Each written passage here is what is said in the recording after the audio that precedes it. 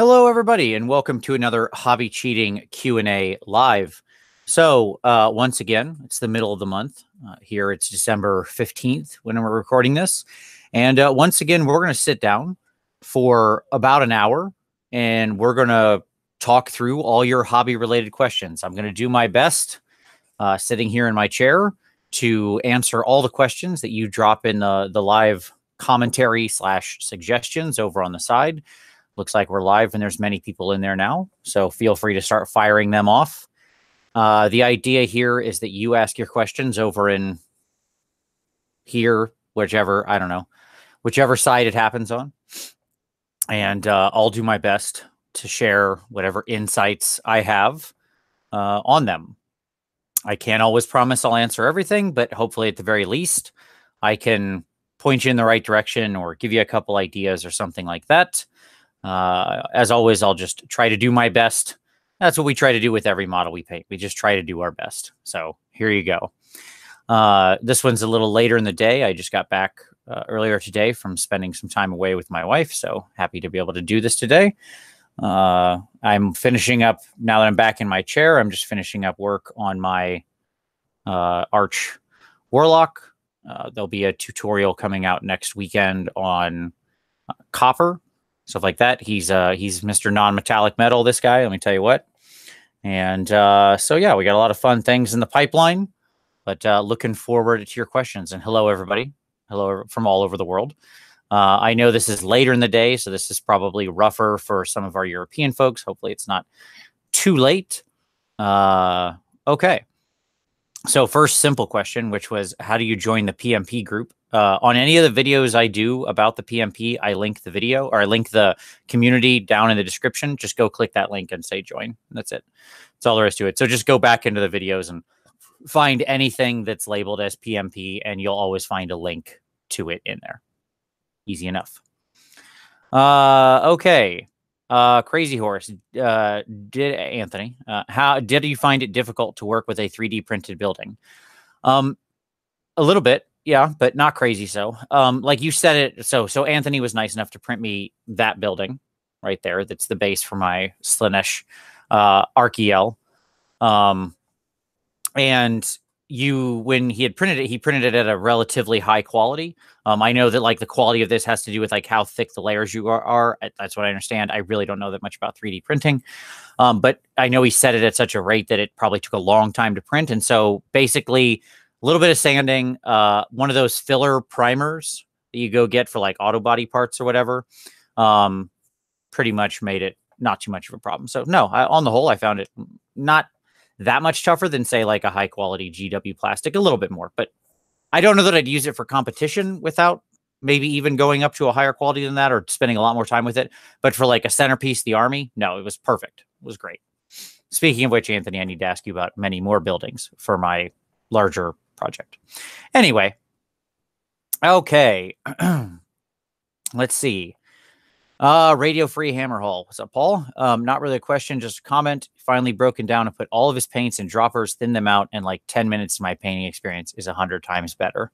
Yeah. Yeah. Sure. I remember when I went and bought one of my earliest investments was buying like the Game Air set. I bought the whole Game Air set. And then I got a bunch of the Model Air set. And I was mind blown as to how much easier it was to work with. Much easier it was to do like smoother transitions and just apply color where I wanted and to work with the paint and all of that. So yeah, especially if there's sort of a style / hobby curve. And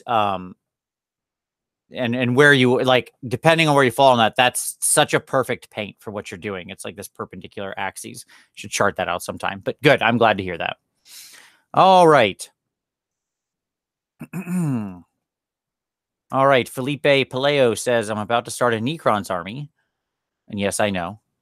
And your last product review is very helpful for choosing a color for the troops. What colors would you use for the vehicles if you wanted them to be a darker metal? Oh, sure. So if you were, I assume for like the big arcs and stuff like that, you want to actually do like a black metal. Well, it would depend on whether or not you want them to be matte or metallic. If it's matte, any sort of gray black or purple black paint would look great next to a green. If you want them to actually be like metal, like actually have a steel reflection, but be very, very dark steel. Vallejo metal color magnesium. It's a super dark, deep dark steel color, plus maybe a little black ink would be my go-to. That's my go-to for dark metal. I recently did a true metallic Anvil of the Heldenhammer for somebody, and it was in. I used that combination to get like a really, really, really deep dark steel. All right. Seamus the Shameless question. I bought some Warcolor paints and have been experimenting. I like how smooth they can be, but my coverage never seems to be consistent. Any suggestions on even more coverage? Well, the regular Warcolor line is quite transparent. I mean, it's a feature, not a bug, right? But that does present challenges. My best advice is, first off, make sure you're working over zenithal. That's always the first thing I say, or a brighter color primer if you don't want a zenithal. My second piece of advice is counterintuitive, perhaps, to all the advice you've been given. Here it is. You ready? Don't thin your paint. So, calls of heresy aside, the reality is with gel-based paints like Scale and Warcolors, and with paints like heavy body acrylics, so like things like this golden paint, there's actually a good call and a style for not thinning your paints. You don't want them thin. That's actually bad. What you actually do is you paint on the model. So you take a nice dollop of the paint. I talk about this all the time, but people don't get it because it's not how we're taught to paint. We're taught to paint in this sort of very straightforward fashion that makes logical sense, right? Of where, like, this is the miniature. My finger is the miniature. I'm going to get a thin layer of paint and I'm going to run that down the miniature. And now that area where my brush touched is that color. And I am now done with that paint stroke and I will now do something else. However, that isn't actually the way, if you think about a lot of two-dimensional painting, that actually isn't the way that it's done. If you look at something like, go back and watch how Bob Ross paints with a lot of his like oils and stuff. He's not doing that. Very rarely, as a matter of fact. He's using different textures and techniques to achieve that. So my advice for coverage is get thicker, unthinned paint. You push it onto the model where you want it, and then you just start painting on the model like this. Okay? So like if that's my dollop of paint right there, I'm pulling it down and spreading it out. Okay? And then I'll go get a second color and I'll wet blend it right in there. And a third color, and I'll wet blend it right in there. That's how all the armor on this guy was done. All that purple armor, that's all Warcolors. Pure, it's this set of Warcolors right here. Okay? And that was done in exactly that technique I just talked about. Okay. Always be closing. Nice. I love the video on inks last week. My question was about the Daler Rowney inks. Can we glaze with those straight out of the bottle? No. Definitely not. They are way too powerful to glaze with straight out of the bottle. They will absolutely cover the undercolor. It depends. Now, some of them are thinner than others. Like if you had a really weak yellow, there's a couple of weak yellows in their line, maybe. But the answer is you can thin them with water quite easily and they will become a fantastic glaze. And I do that all the time. So yes, you can glaze with them out of the bottle with the addition of, I use a little bit of water, a little bit of medium, a little bit of Flow-Aid, whatever, something like that. Find the mixture that you like and you're good to go. And they're awesome for that purpose. Absolutely awesome for that purpose. Right now on my desk in front of me, I have no less, for the stuff that I'm currently working on, I have no less than 3 Daler Rowney inks. And if you're curious as to which 3, it's the 3 I talk about all the time. Payne's Gray, White, Sepia. Or sorry, I guess this is actually Red Earth. Sepia sitting over there. I have 4 Daler Rowney inks. Red Earth is an awesome color. Sorry. All right. Jumped a bunch. Okay, there we go.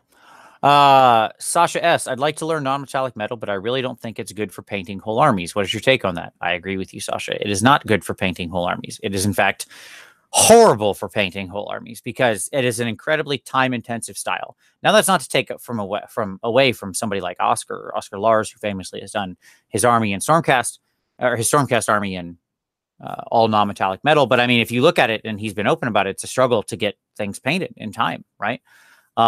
I mean, he has plowed an unbelievable amount of hours into that army. And like, he's not doing display quality NMM. Like, when you look close, you can see the transitions, right? He's doing a very high quality NMM. That's not me in any way diminishing his skill. Okay. I judged a painting competition and he took it. So clearly I must think his skill is high. You know, he did the quality work. It just, NMM is a style usually best reserved for competition or display pieces or something like that. It works from a more limited set of angles. It isn't as bright in limited lighting conditions, which is often where games take place. I think TMM just works better on an army. It's generally faster to work with. NMM takes an incredible amount of time. If you wanted to do it, knock yourself out. If you sit down and go, you know what, I'm going to do this army and I'm going to spend 2,000 or 3,000 hours doing it. Okay, great. You can do it and have it look great. Oscar's army looks great. It's just, you have to understand what you're getting yourself into. And then at the end, it will look really good in photos, but might not read as well in reality on the table. So, or in, let's call it non-optimal lighting conditions. My preference is to use TMM, but to highlight it and shade it just like NMM. I think that's the best of both worlds for army painting. Let's see. Okay. Yeah, Anthony says, yes, it took 90 hours to print that building. Well, that was pretty good. I mean, like I said, it was exactly what I wanted for that kind of a setup. Sebastian Weiss, I want to replace the GW Cyan colors, Stegadon Scale, Sotek Green, Temple Guard, and Baharoth Blue with either Vallejo or Scale 75. Any recommendations for some similar color tones? Sure, both. In the Scale 75 range, you'd be talking about something like Caribbean Blue, Despair Green, and maybe like an Adriatic Blue are probably three that I use regularly that kind of shift that blue to green spectrum. In Vallejo, turquoise and blue-green and jade probably all kind of fall in there. They all have that tone. Vallejo blue-green is a fantastic color I still quite regularly use for oxidation and copper oxide to this day. I think it's a wonderful tone. It's unbelievably rich. As to which between those two, whatever you like, I suppose. I would admit an open preference on the whole for the Scale 75 range, but it's not like I think the Vallejo is bad. That's a personal preference only. I think you could do great things with both. Okay. Oh, lots of people discussing Connecticut. Yeah, Connecticut's a hotbed. It's a hotbed. I know. How do I know so many people who play Warhammer in Connecticut? How is this move to happen? All right. Joseph Unger. Hey, Vince, I just got the Infinity Red Veil starter set. I'm starting to share your quote-unquote love of metal minis. Any tips on gluing them? I feel like I'm in a fist fight with my super glue. Sure. I mean, I will generally avoid metal minis like the plague. I will do them only for the models I have a deep and abiding love for, vis-a-vis Arch Warlock I just showed, who is a giant hunk of pure metal and a pain in the tuchus. But yeah, sure. I mean, other than pinning, which is a generally good idea, I have two recommendations for you. One is this, which is your Loctite super glue gel. This is much stronger and will generally hold and set metal better. Step two is tiny amounts of green stuff. Just if you know how to make green stuff snakes. If you don't, go back and look at my video on basic green stuff techniques, where I walk you through how to make snakes. Make very thin green stuff snakes. You roll them out into little thin snakes. And you have these itty bitty tiny little things, and you can kind of like on the joint, you lay a tiny little circle, like a little donut of your green stuff snake down on the joint. Put some super glue over that, press it together, and then you might need to go back, and depending on if like some of the green stuff or glue comes out, you might need to come back and then shave around the joint. But when I say tiny, I mean like get to the amount of green stuff you think you need, and then take a quarter of that. Okay, very small, but that bonding agent can help hold it together. If you want to go old school, let's talk about this. Here's a fun thing. Boy, I haven't used this trick in years, but here we go. So back in my day, back in the 90s, when all we had was crappy, early 90s when I started gluing together miniatures or whatever. And all we had was crappy super glue, like really bad super glue, nothing gaming focused. We would use the tissue trick. So the tissue trick is it's easier for a bonding agent to adhere for a bonding agent like super glue to adhere to something else besides metal. So the tissue trick is you take a tissue. You want a very thin piece of it. So like this is a double thick tissue or whatever, because I keep. And so you take like just that little piece of it and you take a tiny little corner off of the tissue like that. Okay. Or smaller. And then you put the glue down on the joint. You lay your little piece of tissue against that glue, and then you put a teeny tiny amount of glue on the other side, just like the tiniest touch, and then you press them together, and both sides will actually bond to the tissue as opposed to the super glue. I haven't had to use that trick in years, but you just reminded me of it. It was a good trick. Like I've got models together that today that are held up for 20 years and haven't broke because of that. So there you go. Okay.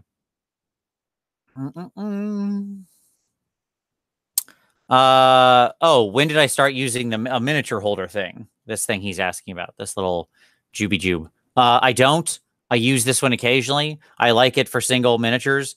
Is it helpful? Sometimes. Is it annoying? Also sometimes. Because see, I can't actually rotate this all the way around.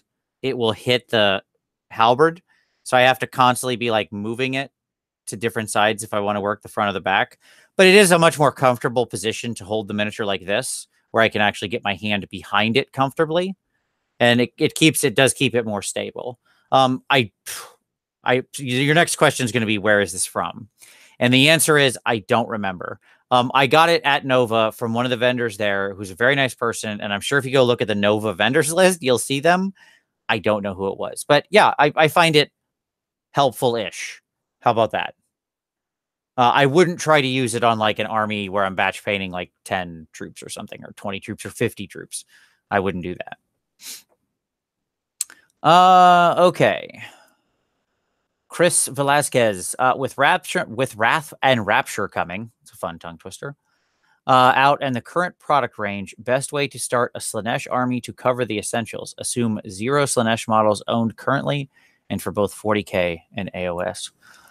The getting started boxes are still great. I would pick up a Wrath and Rapture because why not? I guess if you want to, you like in 40K, you don't need just Slaanesh. You can actually, like, because of the detachment system, you can run lots of different demons together. I tend to like to do only Slaanesh, but my point is the Khorne ones can still be useful to you, even though they're technically enemies. In AOS, the getting started box is really the way to go. That's like 5 Seekers, 10 Daemonettes, and a big Exalted Chariot. But it can also be built as 2 Seeker Chariots. You can make Heralds out of it. It's pretty solid. I mean, I would assume that, but the real answer is, other than the getting started in that box set, I would say, like, start there, pick up a couple of the getting starteds, and then just wait. Because who knows what's coming out when the actual book releases here in a month or two. And you know, there could be additional product releases then. So I wouldn't try to drown myself now. I'd bite off a small piece of it and stick to the demon line and then see what happens when the AOS rules drop. All right. Let's see. Vince, have you painted a Blood Bowl team? Which one? And if so, how about some pictures? I have not. I have never painted a Blood Bowl team. I may paint one for this year, because there is a Blood Bowl category at Warhammer Fest, and I'll be going over there for that again. And I'm a big believer in, like, play hard, play in all the categories you can reasonably put time into, and I'm willing to put a lot of time into everything. I think Blood Bowl units are cool, so I might do one of those. If I did, I would probably do the, I think the Dark Elf ones, the Naggaroth Nightshades. I don't know. Whatever they are pretty awesome. Either that or the Skaven team, obviously, because I do love the rats. It'd be one of those two. The Naggaroth are just really good sculpts with lots of opportunity to do neat effects on. The Skaven team is close to my heart and I'm very passionate about. So one of those two would be fun. Both would be an enjoyable paint, I suspect. Okay. Delza Army. Very specific question. I'm trying to convert up some beastmen to be nurglier and would like to make them fatter and more bloated. Is there a good way to sculpt fat? Sure, just put little pot bellies on them. Like, by that I mean take some green stuff, make a little ball and cut it in half, and then press the half onto their tummy, on their tum-tums. And then like use a sharp pointy tool if you have your green stuff shaping tools. So like use some kind of equivalent of your sharp pointy stick or your pressy that tool, or, you know, the pointy end of that, and make little boils and sores in it and stuff. And then use your, like, before you put the boils in, make sure you smooth the whole thing out with a shaper tool. And there you go. Like that'd be a good way to get a little rotten belly. You know, that's pretty easy. If you want to get super crazy, you can start doing like cuts and some guts hanging out or something, but you don't need to go that far. That'd be how I'd do it. Okay. Stephen Tatlock, is it possible to use additives, Flow8, etc., to get the more intense inks you reviewed to perform more like the lighter shade tones from the same video instead of buying both? Yes, certainly. You have to carefully mix your own, but 100%. It would probably be some mix of just regular medium and flow improver, because flow improver is what's going to, like, shade itself is a pretty flow improver intense thing. And that's so it doesn't, like, water itself has that cohesion property, adhesion. It sticks to itself more than it sticks to other things. Flow improver is like a thing of dish soap. It kills that bond. And so, it'll make it flow down more. So yeah, you could mix your own. I mean, you need to test it, but once you had the recipe down of like X to Y to Z, certainly you could make your own. Yeah, 100%. Yeah, it'd probably be, like I said, ink, some kind of medium, just intermittent medium. And then, which it really doesn't matter. Pick one. It's fine. And just to get it roughly thin. And then some flow improver. And I say you want some medium because if you go all flow improver and you like to get it down thin enough, it's just going to run too much. You don't want that much flow improver. Flow improver is very powerful. Okay.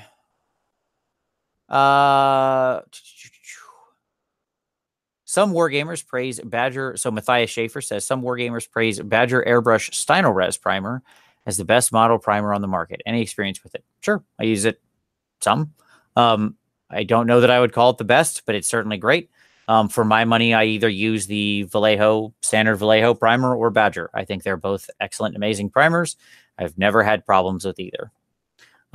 Both have had reported problems in very niche situations. I've never run into it. So over plastic, resin, metal, I use both. I know plenty of painters who use both, who produce very high-end stuff. I think anybody trying to lever a great difference between the two is probably making hay out of very small factors, or as a very specific thing they're trying to do. But yes, I have used both extensively, and I like them both just fine. And I think you could not go wrong with either one of them. I will say Badger makes a very nice white primer, which does stand apart. It's actually quite smooth, given the difficulty of white primers. So there you go. Let's see. Mickey R says, I might find it interesting to know the Vallejo Metal Color Varnish does cover very nicely over the AK True Metal oil-based paints. Interesting. Good to know. It's a good, because obviously if you're going to use those, I'd want to put acrylics over top of it for inks and stuff. So that's good to know. In general, I'm not a huge fan of the Vallejo Metal Color Varnish, ironically. I feel like it's actually a little too thick. But I haven't played with it as much. I generally don't varnish my metals. That's my solution.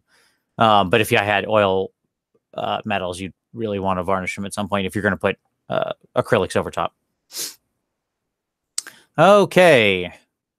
Albin Astrom says, dipping a toe into 30K at the moment and have started with some Space Marine Heroes, looking for a painting challenge for myself. So I was wondering if you have some ideas for which Legion to try and how to paint them. Oh boy. Well, sure. I'll tell you my favorite thing in the 30K color schemes, and that's the original Death Guard. Now, I don't know if you're doing like loyalists or heretics or whatever. But I think the 30K Death Guard is one of the most beautiful schemes. It's how I painted my current Death Guard model when I did a new Lord of Contagion or whatever the heck his name was. I love the sort of white, gray, green is what I would call it, of the original Heresy era Death Guard. So if I was going to paint a 30K army, I think that would be the color scheme I would use. I think that has a wonderful tone to it. And it's a challenging color scheme as well.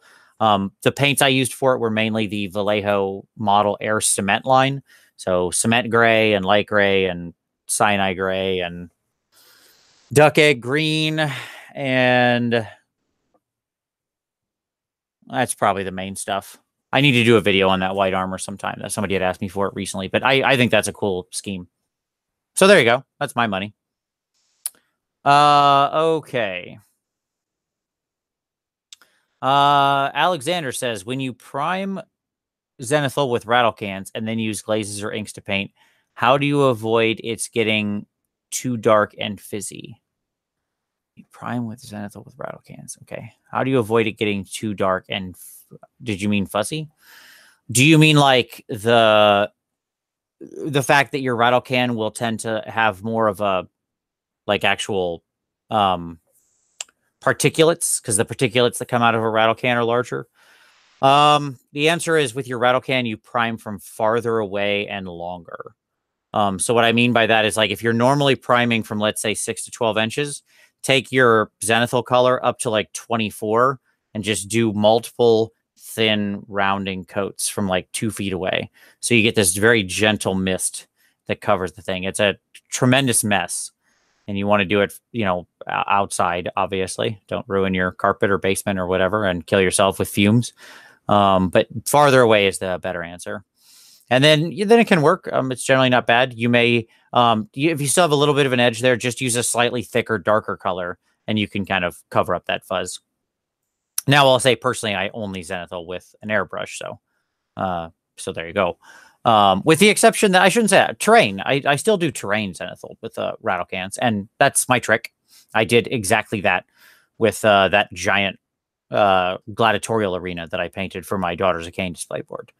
So there you go. So yeah, that was that exact thing I just described. So I still do that for terrain. All right. Oh goodness. Okay. Scanning back up. All right, there we go. Seamus the Shameless. I was trying to paint over Zenithal, but was concerned using straight paint would be a little less translucent. Makes sense. I'll keep practicing. Cool. Ben Gom, any tips for glazing over a Zenithal with an airbrush? I always seem to cover the Zenithal a little too much, even with really thin paint.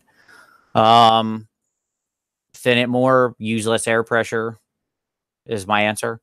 Like, I don't know. I've not really had this challenge. I suspect maybe you're like, I think some people blow it too high a PSI or use too much paint. Like you have a dual action airbrush, use the dual action, train yourself on how to do that. You don't need to push down all the way. Like you can control both the amount of paint and the air pressure.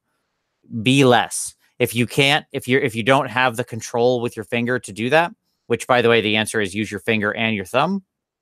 Like put your thumb underneath it. So your thumb is pushing up, same time your finger's pushing down. Then you won't push the trigger all the way down to release all the paint. So you can kind of control the air pressure and that simultaneously. But turn your air pressure down. Go down to like 12 PSI or something like that. But use, thin or medium. Try inks is another good option. If you're having trouble with paint, try some inks. Or thin your paint with ink. Stuff like that. Or depends on the color you're using. Darker colors, more translucent colors will be easier. So dark purples, dark greens, dark blues, dark reds will all be very easy to do this with because they are all naturally translucent colors, completely lacking white. So you will have better results. Yeah, try all those things. See if any of that works. Okay. Jarrett Moskull, love the Primaris Imperial Fist you did. Any tips for painting yellow armor? Do you do anything differently now than the hobby cheating video you did about yellow? Slightly in that use the warm. So I have a video about doing Zenithal for warm colors. And that's really the only difference. I make sure that my base is quite browned now. I did for that Imperial Fist. Beyond that, he started his life as just the same Zenithal, more or less the same technique, same yellows, same stuff I talked about. mixing in the same way, doing brighter whites and then, more or doing stronger whites and then glazing down with the yellows and the rust colors. Pretty much same stuff. Just very, very carefully applied. I think that's the answer. All right, Justin Westfall.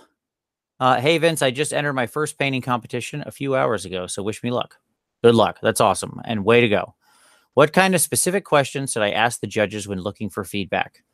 Don't ask what you did right. Only ask what you did wrong. They'll tell you what you did right. Judges always want to be nice to people and tell them what they did right. But ask them to what could you have improved to place higher, to do better? What were they looking for? Where were they let down? And be specific, right? Like if they say, well, I didn't like your medals. What didn't you like about the medals? What could I have done better? Like judges will give you very targeted feedback if you ask them for very specific feedback. So if you had areas you were unsure about, lead them there first. Say, I really wasn't sure about this texture, this freehand, this whatever. What feedback can you give me on that? What did you guys think of it? Or whatever. Or just generally ask, what didn't you like? What could I have done better? And take it with a plum. Listen to the judges. They're generally people who know what they're talking about. Hopefully they're judges because they know what they're talking about. Most of the time, that's the case. Surface tension. You have a lot of paints, but I notice you also mix your own shades a lot too. Has your approach to mixing colors versus using pre-mixed colors changed as your painting has progressed? Yes, sure. I mix a lot more now than I ever did before. But I don't know that I think about that much differently. Like I'm a long way. I don't use an artist palette, right, or anything. I just love paint. I love playing with different tones. There are certain like strong tones or colors or exact shades I like, and I like being able to start from there. There are sort of some cool, unique colors in the world that have this wonderful mix of tonality that I happen to like, and it's always unusual things. Scale 75 black leather is a great example. It's sort of a ruddy crimson, purple, brown. Like Mission Models Rot Braun, which is this wonderful, like, interestingly just slightly red brown. But on and on and on the list goes. Like Despair Green is this wonderful, perfect shade of green. Huldra and Amharth Blue, both from Scale 75, are like two blues that have this wonderful intensity and brightness that's right in the place where I like. And then I'll generally just mix from there. So I think of it more like variation on a theme, where like I start with a fairly, I start with an established chord and then try to vary it if it was, music, right? But yeah, I would say I think about what I want to happen and then just start throwing paints together until it looks like that. But I start from something that is in the neighborhood of what I'm looking for.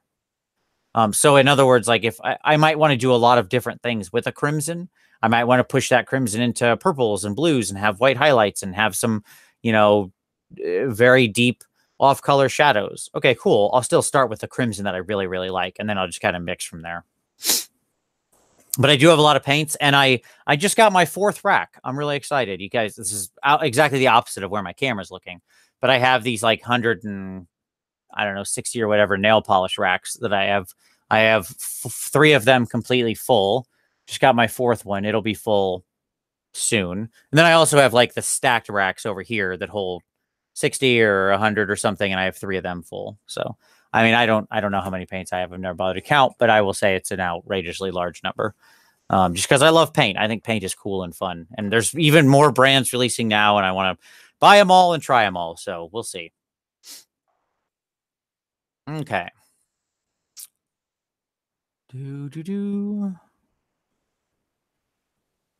All right, Michael Anderson, what's the best tool for removing a mini from the pre-sculpted base? X-Acto or saw or something else? Oh, interesting.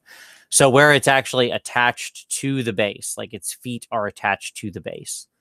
Your clippers, standard clippers, you want like the forged clippers as opposed to the spring clippers, so they have a nice flat cut. And then an X-Acto to clean up is my answer. That's how I've done it every time I've had to do it. I hate when minis have attached parts in their base. Drives me bonkers. So I generally will cut the feet off and then shape them out with an X-Acto. But just some strong clippers. Don't use like nippers or something like that, like, you know, littler ones that are more precise. You'll break those in a heartbeat doing that. Okay. Crazy Horse, have you used the alchemy paints? What do you think of them? I have. They're fine. I don't love them. I don't love the scale 75 metals in general.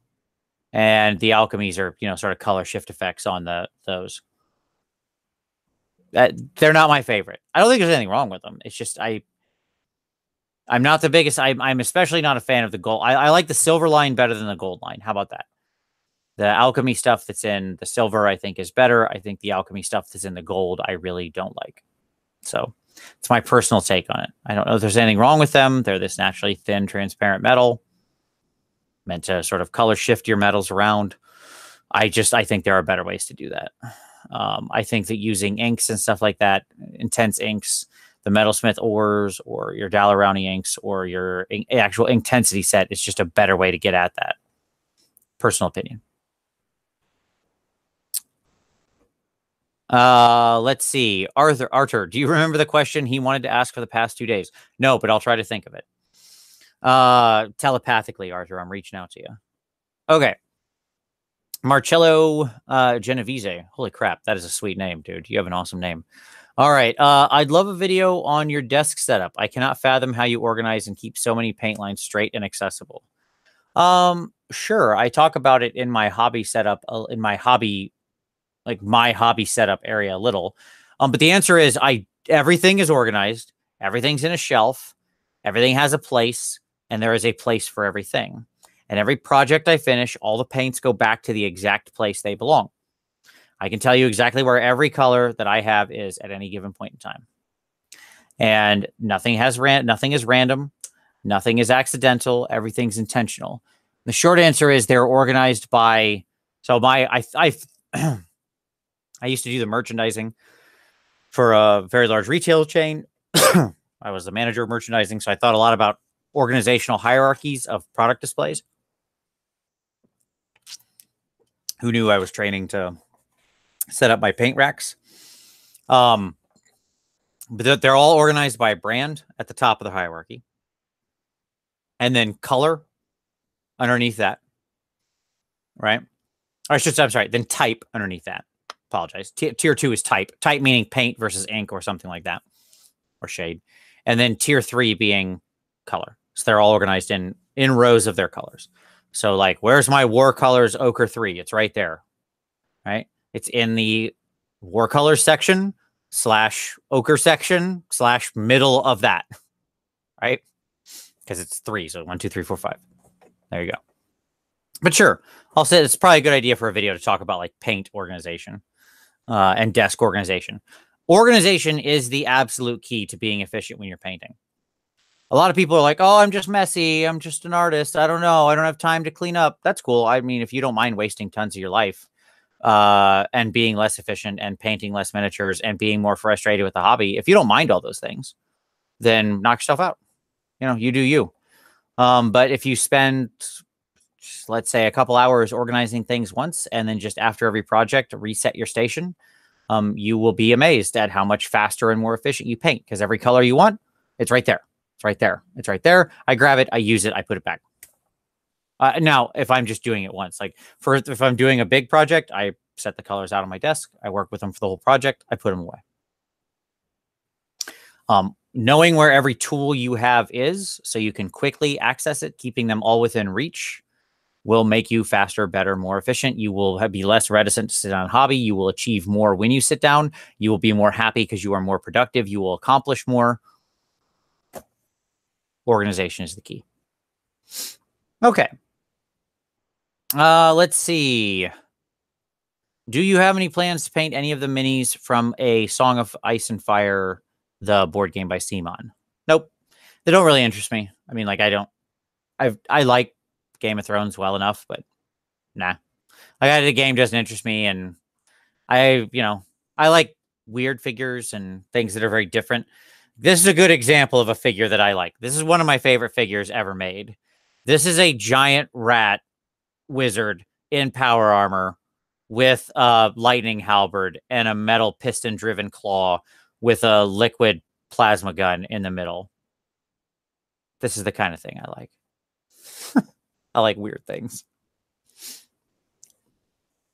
Okay. That's just personal taste, by the way. The miniatures are perfectly fine. That's not a judgment on them. I'm just saying it's not my aesthetic taste. Matthias, Vince, did you ever experience any real difference between Vallejo's model color versus their game color range? No, I've heard there is a slight difference in the mix, but I use them pretty interchangeably and haven't noticed a tremendous difference between them. I mean, all Vallejo paints are similar-ish enough. The air paints are just thinned to a natural airbrush level, but it's still the same paint mix as far as I can tell. So no, I haven't noticed a difference. The air mix is thinned and has finer ground pigment, which can make a difference to how it looks in the final product. But no, I never noticed a big difference between model and game color. Nothing that impacted me choosing to use those colors over another. I use them pretty interchangeably. And in fact, in my organization scheme, they are the same line. So like game and model colors run in color order, and I don't care about the distinction. Todd Kemp. Hello, Vince. I'm currently making my first attempt at doing an NMM style of shading with TMM. Awesome. Glad to hear it. I'm having trouble determining where the shadows and highlights should be. Okay. They are arching inward horns. Arching. Well, I don't know exactly what you mean by arching inward horns, but let's just take, but I'll that's fine. We'll do an example like this. I'll assume, let's do some horns the goat here. I don't know. Horns the goat. So let's assume they're like this. Okay. Well, look at my fingers right now, and you will have all the answers you need. All right. What I mean by that is this point, look at the tip of my finger. See how the light has been captured here. This point should be hot. If light is coming down on metal and it's reflecting, you'll have a white spot right here. This is the most in shadow. It will get caught with darkness right here. Non-metallic is all about contrast, setting lights against darks. You would have a white line running down the edge here or whatever if there was a hard edge. If not, you would just sort of smooth out like a cylinder. It would be the darkest here, and it would come down to being light. It would be light and come down to being relatively dark. Actually, the dark would be about right here. This area on the backside would be a little mid-tony because it'd be reflected light. My best advice, I mentioned this last time, is Cujo miniature painting, Cujo painting. He has a great video on shapes and how they interact with non-metallic light. And so I would recommend you to go watch that, as he made a better video than I ever could. It was really well done. And he sort of explains the basic shapes and then shows how you put them together into a model to kind of figure it out. But the short answer is, what you want to think of is, when you're thinking about your non-metallic metal light, think about the shape of it versus where will light gather on metal. And make sure you're always trying to put your lights against your darks. All right. Like on a flat surface that's like this, light will spill down the metal and reflect the most at the bottom. And this will come up toward darker. Right. But if I turn to that surface like this, okay, then this is still the darkest, but for different reasons. What happens is, instead down here, the opposite side of that is reflected light from the ground.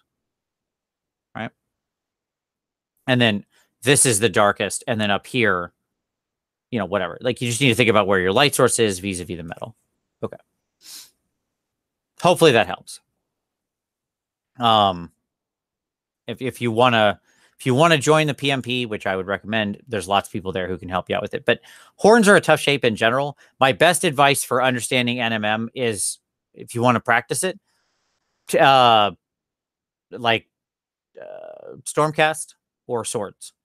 Stormcast have a wonderful connection of shapes. They have lots of cylinders, spheres, flat areas, and they're a perfect palette for practicing NMM.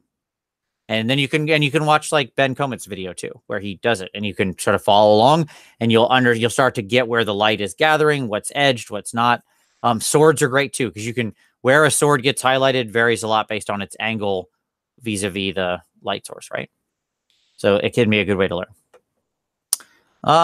Vince, are you playing any Mordheim lately? House rules. Nope, it's all been AOS recently. I still hope to see the return of Mordheim, like, that is to say, from the company, but Tom and I, unfortunately, don't have the time to work on it right now. I'd love to. It'd be a passion project, but I just don't have the time.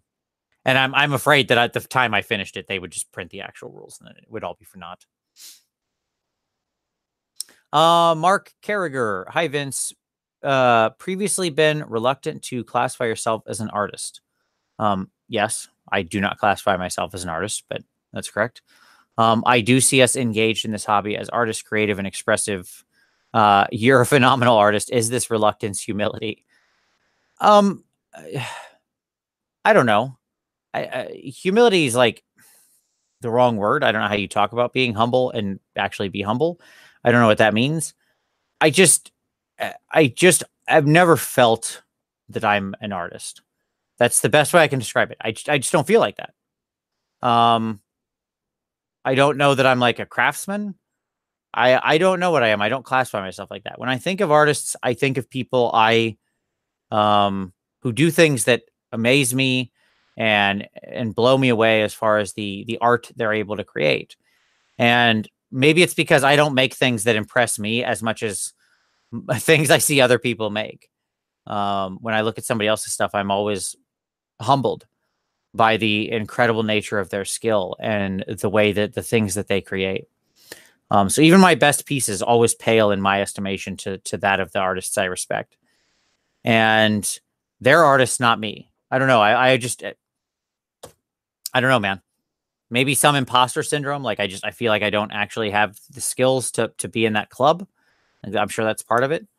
But I don't, it's not, I'm not trying to make a bold statement by it. I think of like E.E. Cummings, who for the longest time, he always kept the first two letters of his name small, right? So little e. And the big story was that he kept those initials small because God is the only name deserving of capital letters, right? Capital G. And he was, and out of humility in the face of, his savior, he kept the letter small. That was the story. But the real answer was just he liked the look of it, I guess. He thought it was just an interesting way to set his name apart.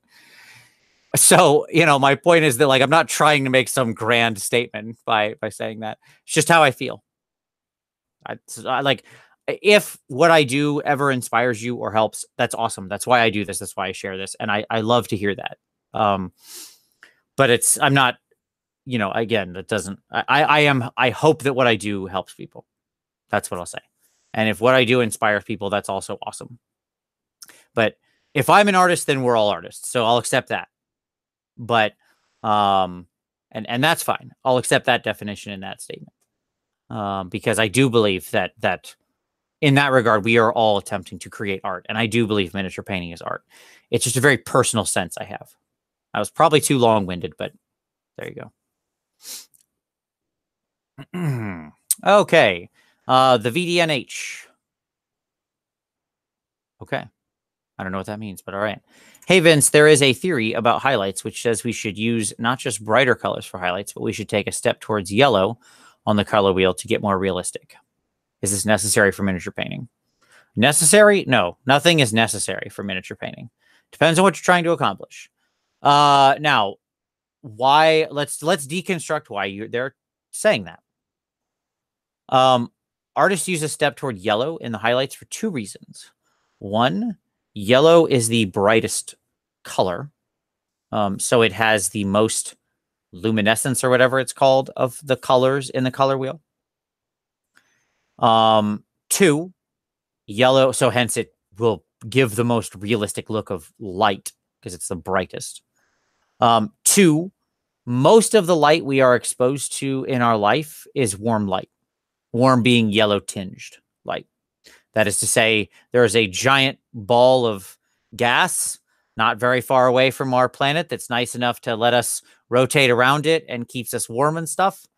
And that is a lot of yellow light being hit on the surface of the Earth every day. And so most of what we're used to with our eyes is warm light. Now, I'm in kind of cold light because I use a mid-balanced bulb directly above me. But I also have I have 5 different lights around me when I paint. And I use a very bright daylight yellow balanced bulb and a very bright daylight blue balanced bulb, actually purposely pushed into both of those two, so that I get a mix. And they both shoot at the wall and then reflect back on me indirectly and all this stuff.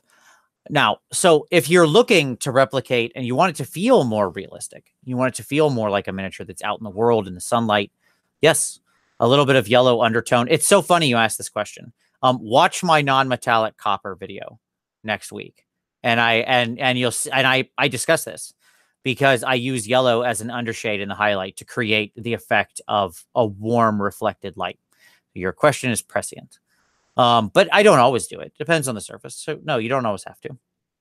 So for example, like if you were doing a purple highlight, it would be very unusual to use yellow because yellow is its complementary color and it does not reflect yellow. So there you go. So it's not always going to be the right answer, even if you're trying to go quote unquote realistic and like portray the warmth of sunlight.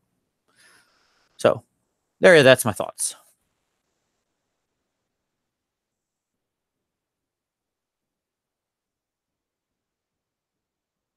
Okay.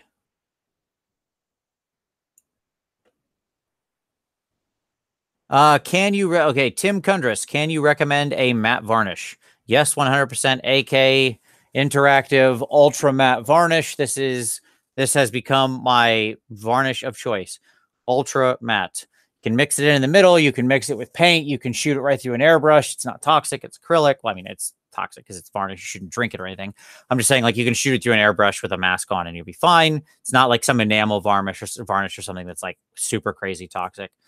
I love it. I love it to death. It mats out so beautifully, perfectly. It's très magnifique. Okay. Vince, how would you go about dark human skin? Dark tan.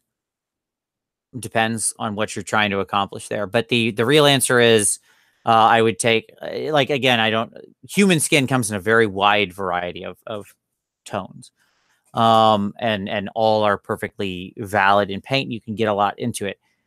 My answer would be, if you're just looking for somebody very tan, take your sort of what we would think of as a traditional, let's call it mid-tone Caucasian flesh, and I would work in some more rich sepia with maybe a hint of orange and a hint of purple for the shadows. When I say a hint, I mean like hint. Maybe a little crimson in the shadows, something like that. That would be how I'd go about it if you want to get like a very tan skin tone. I assume when you say tan, you mean like I'm thinking like a Mediterranean skin tone or something like that is what you're aiming at, but I don't know. Okay. Aviad says, just got the Titanicus Battle Group box. Was wondering if you have any painting tips to sell the size and scale of them. Sure. Crack the ground underneath their feet. Put things that are scale appropriate there on them, like near them, like get little tiny old like epic Marines or something and put it around there. But like, put things that are scale appropriate on there so they feel relatively big. And I think that's probably your best bet. But like doing things like cracking the ground is a good trick to like sell weight, So if you have them walking on concrete, crack that concrete where that thing that weighs, who knows? I don't know how much those giant Titans weigh, hundreds and hundreds of, if not thousands of tons, right? Make sure those are, they would be cracking regular concrete when they walked over it. Let's see. FS. Hey, Vince, in the recent live stream of Tabletop Minions, it was mentioned that you have your own way to pronounce the word robot. Would you please speak about? Yeah, sure. I say robot because I like robot and it makes me smile. So yes, robots. I like painting robots. Those are all of my robots that I've painted. Robots. Yes, I watched that episode and I thought that was funny that got called out. Yeah, robots. It's just, I don't know. I heard somebody say it a long time ago and it just kind of stuck. So now I say robots, and it's one of those things where I said I did it long enough as a joke. Now it's just kind of there, just how I say it now. Okay. Matthias Schaefer, any recommendation for a clear acrylic medium? Boom. Like a matte, if you want to go get an artist one, like a matte medium from Liquitex is fine. I actually really like Green Stuff World's Master Medium. It's pretty straightforward, not that expensive. I like it. It's a nice, just normal acrylic medium. Also, Let's see who else. Warcolors makes a nice acrylic thinner. Looks like this. So if you're looking to thin, this acrylic thinner is actually quite nice. It looks white and milky. It is not, when it gets in your paint, it does not change the color of your paint at all. So I think both of those are really good. Okay. Oh, there you go. Yep. Somebody else mentioned Liquitex medium. Good. I like most of the Liquitex stuff like that. Okay, where are we at here? Wow, I am behind. I need to step it up. Okay. Let's see. Thoughts on OSL with true metallic metal? Assuming a fixed perspective on the model, room lights may ruin it, but other than that, thoughts? Sure. Some very light, gentle inks still keep your reflection point in white, but yes, you can do reflection on TMM. You just need like nice, thin, glossy inks so it still looks reflective. It needs to shine. If you use a matte ink over the top of your true metal, it will ruin the illusion. So you need a glossy ink to sell that. It needs to be very, very, very, very, very, very thin. Very thin. Okay. 93 Nordo. Hey, Vince, thanks for all your content. May I ask, if I wanted to follow more dedicated artists such as yourself regarding AOS, which platforms do you suggest? Yeah, Twitter's good. Instagram. I mean, obviously, like I follow a ton of different miniature painters on Instagram. And the nice part about the gram, as I call it wrongly, is that, you know, once it'll start making you recommendations. But if you just look at who somebody else is following, you can pretty much find all the good stuff. Instagram's great. People share a lot of work in progress on there. Yeah. Basically, I mean, most of my hobby stuff comes from Twitter and Instagram. Like I use Facebook too, certainly. Like if just join the right groups. So certain groups have some really talented artists who post regularly in it. You know, all that kind of stuff.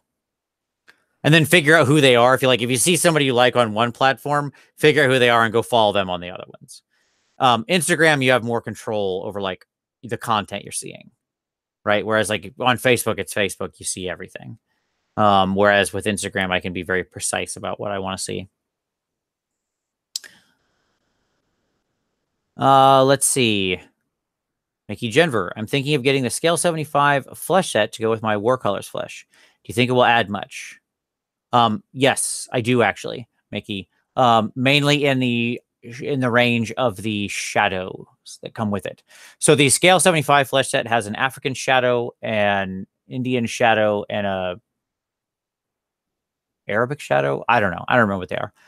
Anyway, the point is that those shadow colors are actually something the Warcolor set is lacking. And I like my most common flesh setup I do is I use the Warcolors flesh for my flesh tones, and then the Scale 75 shadow set for my shadows. I actually really love that combination. So there you go. By the way, the like basic flesh is also quite good in there. It's a sort of mid-range Caucasian tone, which is fine. And their like pale flesh is a really, really, really good highlight. Although I don't know. I like the flesh highlight too that's in the Warcolor set, but it's fine. Richter Scale Studios has another great airbrush glaze option is Secret Weapon washes. Yeah, that's actually a really good call out. Yep. Philip Wyman. I've been an artist for 30 plus years, mostly on canvas, and never had my brushes lose their tips so quickly as my mini paintbrushes, natural hair, and synthetics. What could I be doing wrong?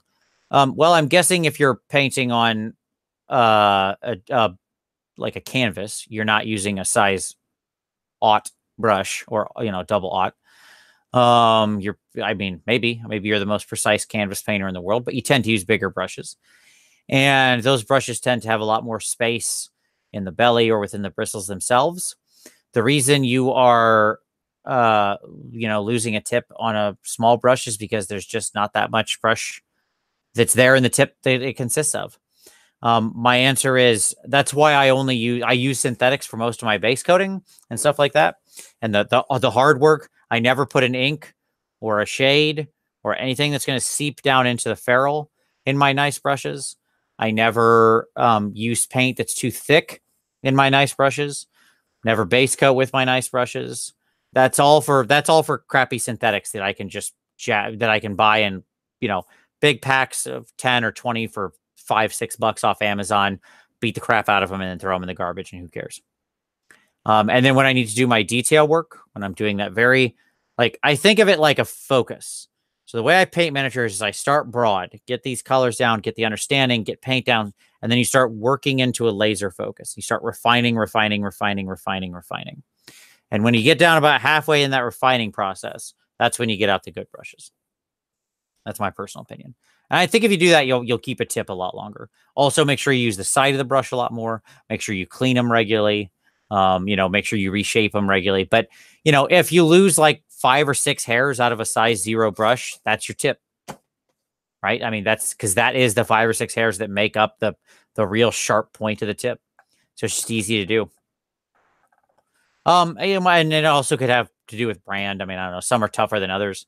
I like Winsor Newtons, but I know that not everybody does. Raphael, I think, is a really good brush right now. They're like 8404 or 8408 range, I think, is the newer one. I think are both pretty good. A lot of people seem to say they're pretty durable. So I've used them a little and I like them. I think they're a quality brush.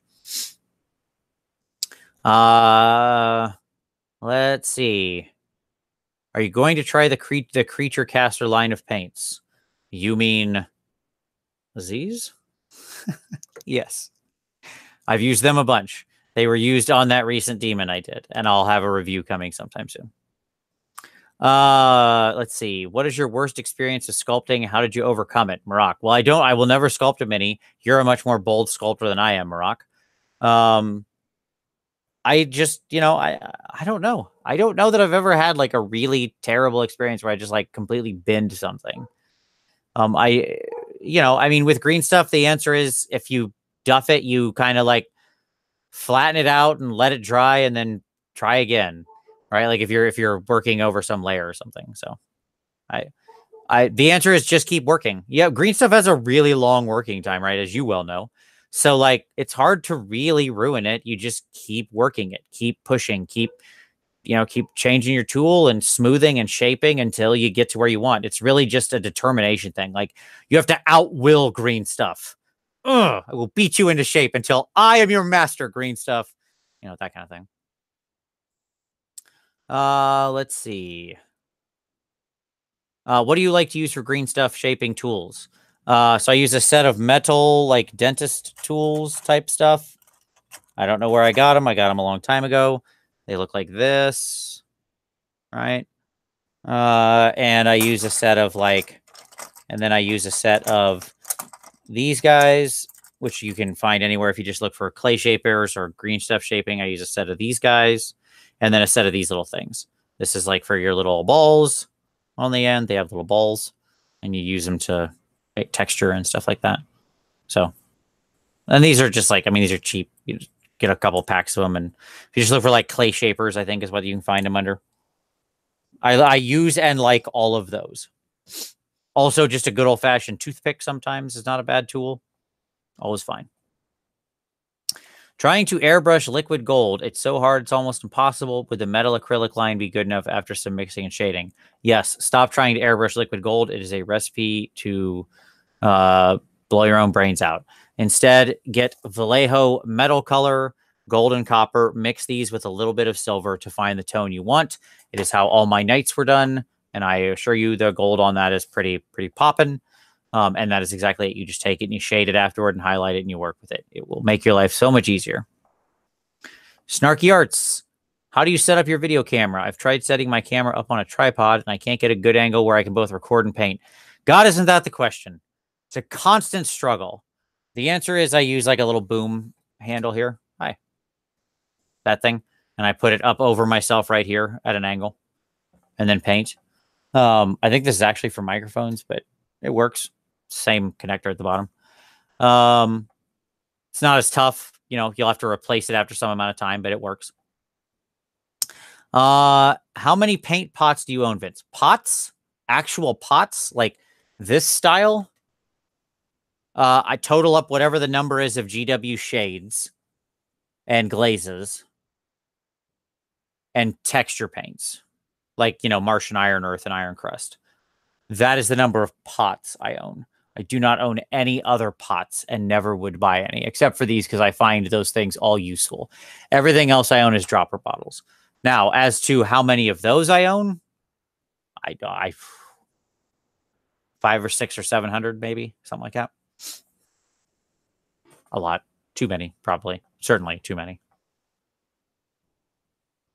Okay. Some Blood Reavers and letters have banners with ghostly faces within the fabric. Any ideas on how to get these to pop over a red banner? Yeah, sure. Brighter color. Think of here's a hot tip for anybody. You want to paint faces? Go spend some time watching contour videos, like women's makeup contour videos, and watch how these women can transform the shape and curvature of their face using nothing but effectively pigment, and then replicate that in your paint. It is the best lesson you will ever get on how to achieve depth and contrast in the world, because it is incredible. It is time well spent. Your YouTube recommendations are going to get really weird after that, but it's worth it. Because the answer is you want to make the colors pulling out need to be brighter, just like a skull. And then you need to get depth, and then there should be a darkness around the edge. It's the short answer, right? But that's what you're playing with to achieve that contrast. All right. We're at about an hour, a little over. So now we're going to go into lightning round. I'm just going to try to burn these down because I don't want to leave people with hanging questions. If I don't get to your question, or you're watching this later and you have more, feel free to drop it in the comments. I will address all questions in the comments. All right, here we go. Joseph Unger says the tissue trick worked like a charm. Awesome. I'm glad you're during this. You tried it. I forgot about the tissue trick. Honestly, it's been a long time. I loved it, though. I really did use it all the time. It was the only thing we had. There was no zip kicker. There was no nothing. Okay. Charles Faduke, my red grass wet palette is warped. The top only goes on one way. I noticed the sponge was drying out as well and figured out that was a problem. Huh. Interesting. I wonder if maybe like when it was shipped, it got too cold or something. Maybe that could have happened. I don't know. In general, I don't actually seal mine very often. I actually purposely leave it open just a notch so that a little bit of water keeps evaporating and it doesn't get a completely locked environment in there. I've just found better results with that here for me personally, but that is hugely dependent on the humidity and temperature and your local environment. Poof, is that different? Okay. Red Wizard trying to do a sand dune type base, but I don't even know where to start. Any tips? Yes, I will tell you exactly where to start and where to finish. Here we go. All right. So what we're going to get is we are going to get our Vallejo Desert Sand basing paste. Okay, step the first. Then we are going to take something that is shaped like a bunch of triangles. This could be something you cut out of a piece of plastic card, or just something kind of shaped like that. Could be a very thick, like those big ridiculous combs that have like giant teeth, like a hair comb. And you're going to move your way through in a nice organic pattern. Okay. Think like that Japanese sand garden stuff. And you're going to make those dunes. By the way, before you put down the desert sand, just build some variation in the height. So just lay down something, like put down a piece of something to create height, and then put the sand over the top of it. A chunk of green stuff, or milliput, or marble, or whatever. A marble. Okay, Kelly Audia. Hey, Vince, pumped to finally catch you live. When you zenithal your cold gray on at an angle with an airbrush, how solid does that coat become? I mean, to say, should there be particulates of gray?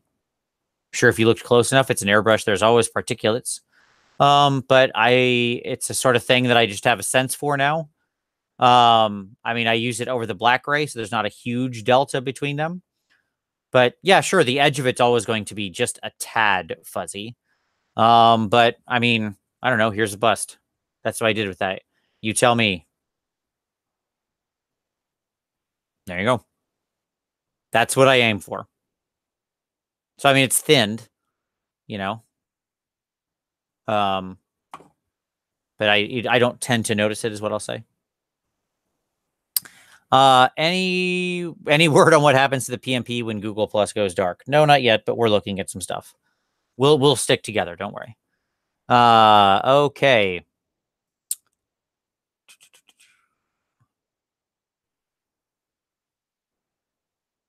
Kelly Audia, if I could ask another question. What makes you pick your paints over inks or vice versa? I am painting red shoulder pads and used a Zenithal Prime. I don't know which one looks better, the ink or the glaze. Sense of the thing, whatever I want to do in that case, how thin I want it to be, how much I want there to be undershading. I tend to use both intermittently. This is all a crappy answer to your question. The real answer is, okay, let's talk red shoulder pad, quick and dirty. Here we go. I wanted to do a red shoulder pad over a Zenithal. Well, first of all, I would make sure I had a warm Zenithal because red should generally have a warm undercoat. But if I didn't, I would select a paint that was a deeper brown or purple, and I would run that along the lower portion in a glaze, okay, to get in the shadow. Then I would probably take a red paint, and I would then thin that down and do a glaze over the whole thing. Then I would want to build the highlight back up to get some really bright spots. And I would do that with ink because the ink is more intense, especially with red. And red is really intense when it comes in inks. Like your Vallejo Game Ink red is super, super duper, duper, duper, duper, duper, duper intense. So I would then put down some new white, and then I would glaze that all again. And I put down some new white, then I would glaze that all again. Successively thinner every time and in smaller amounts of white until I had a nice, like, hyper bright shoulder pad. That's what I would do. But the answer is I tend to mix it pretty evenly. I use the ink if I want it to maintain its sort of vibrancy, but still stay thin. I use the paint if I'm going to be doing it as part of some larger blending operation. So I can like wet blend or mess with things like that. Hopefully that helps. Felipe, I'm about to start. Okay. Yeah, see, I already answered that one. Oh, here we go. All right. Down at the bottom. All right. I'll back up and see you until I catch up here. Are you planning to come and teach in Europe? Yeah, a couple times. I'll be over in the UK teaching next year, if that still counts as Europe right now. And I have looked at a couple different venues to come over there, but I don't know for sure it'll happen in 2019. I can say it will happen at some point. I know that for sure. 2019, maybe just the UK, maybe the UK and one other place in continental Europe, but time will tell on that. Any advice on how to wash white?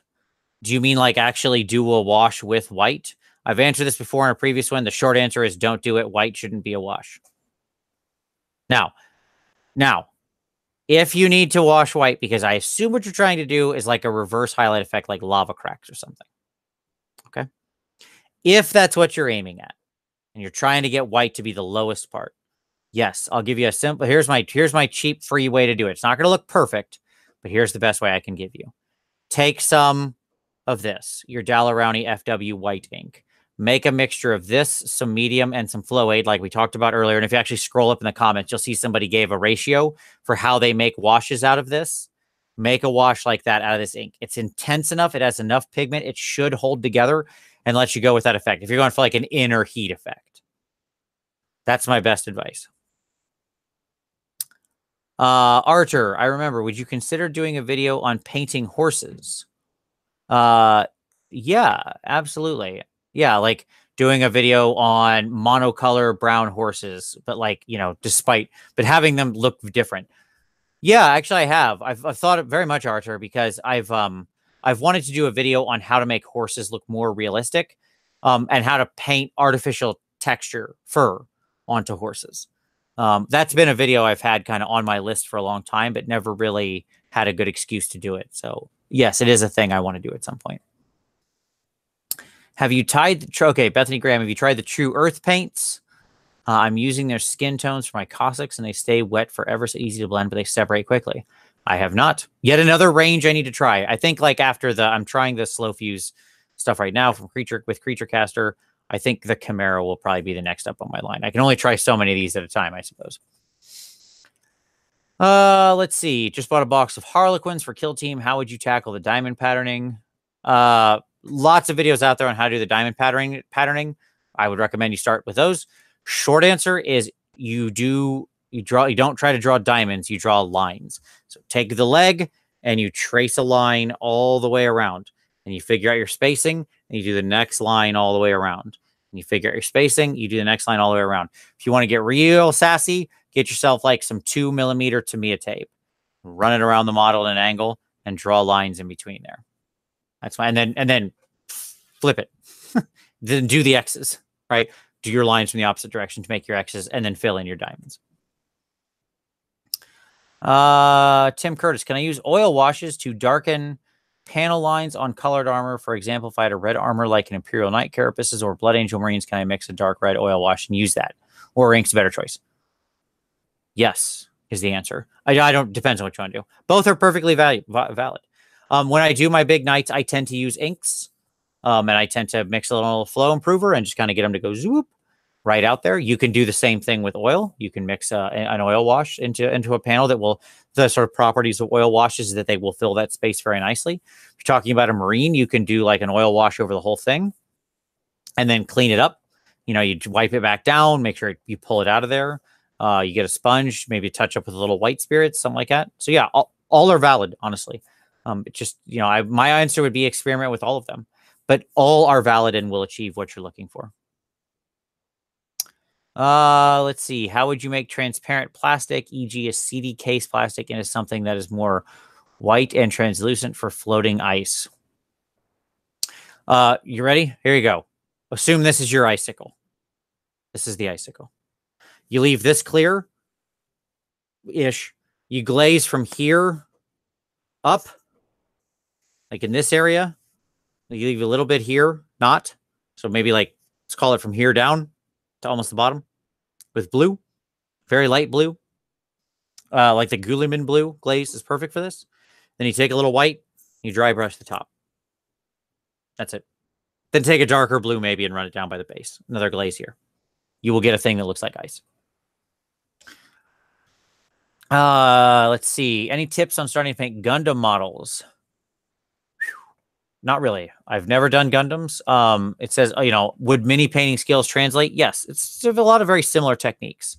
My best advice is learn about panel modulation, learn about like panel shading. If you're trying to do like true Gundam art style Gundams, where you're trying to replicate the 2D art hash lines, that's a tougher one. If you're just trying to get like a sort of Gundam in a traditional style, of like miniature painting, yes, then you just need to really focus on like how to make flat panels interesting. So the things I would focus on and search for are panel modulation, panel lining, and basic weathering. Look up like videos on painting Tau. A lot of those skills, like their big, you know, battle suits would translate well. Let's see. Wally the Bus. Vince, I don't really understand what a glaze is. What are they? How would you turn a GW paint into a glaze? Why would you want to? Because glazes allow for very subtle and perfected color transitions. You could not do like this kind of color transitioning without a glaze. It is just not possible. Because it's like you can't get that precise with wet blending or something like that. The answer is, if you want to know how, go watch Hobby Cheating 122 off the top of my head. That is how to glaze. I explain why, how you can use them. It'll, believe me, I talk too much about it, frankly. It's a deep dive. The thumbnail on this video has those amazing Sylvaneth on it. Did you paint them? If so, do you have a tutorial on them? Yes, I did paint them. They are my Sylvaneth army. They're right in the case to my right. I love that particular color scheme, and I don't have a tutorial on that specifically, but the pink skin that I used is the excuse me, I need to take a drink here. I've been talking for an hour and 20 minutes and haven't stopped, so just one moment. Oof, much better. If you go look at the how to paint demonic pink skin tutorial, it's that. And then the greens are just, if you go watch the how to do simple NMM, that's the greens that I use. So it's that despair green plus a little white and a little Payne's gray. Done and dusted. That's all there is to it. Those two videos put together is the basic color scheme and premise of how I achieve that stuff. Okay.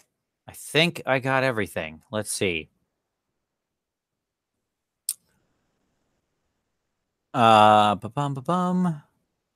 right. Anything I missed? Archer sounds great, buddy. I think that'd be an awesome way to do it. I'm happy to do that.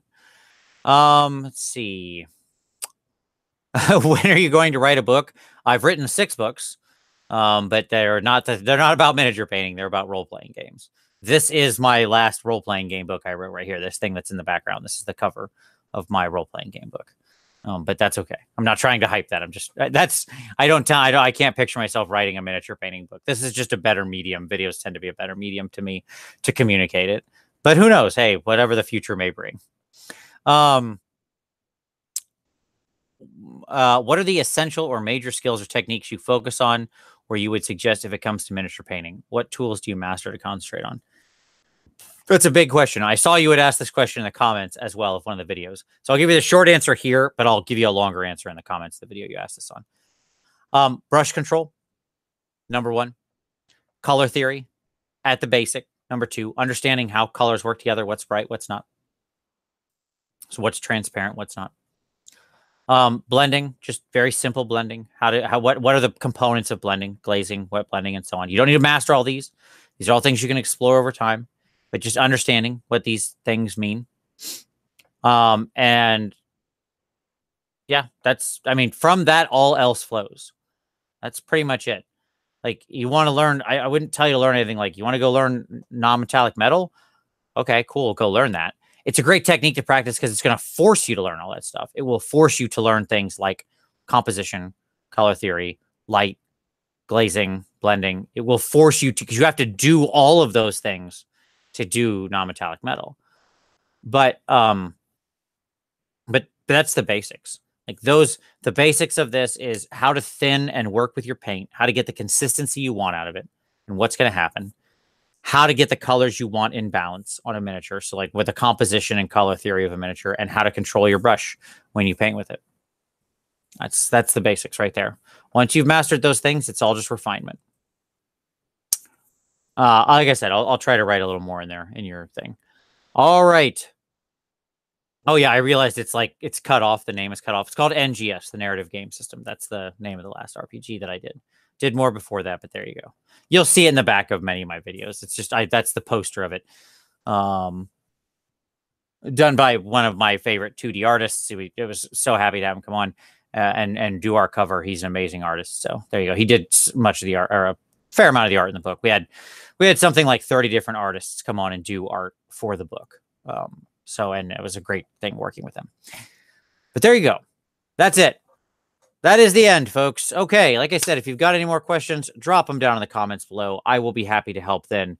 But as always, I really appreciate all of you watching this. I hope that all this helped. I hope this answered some questions. We do this every month in the middle of the month, always at least once a month. So the next one will be in the middle of January. I don't know the exact date, but it's usually one of the 2 weekends that falls around the middle of the month. So figure on that. And it will always be on Saturday. It will always be sometime in the middle of the day, depending on what my schedule looks like that day. But as always, I hope this helps. I thank you for watching. Very much appreciated. We'll see you next time.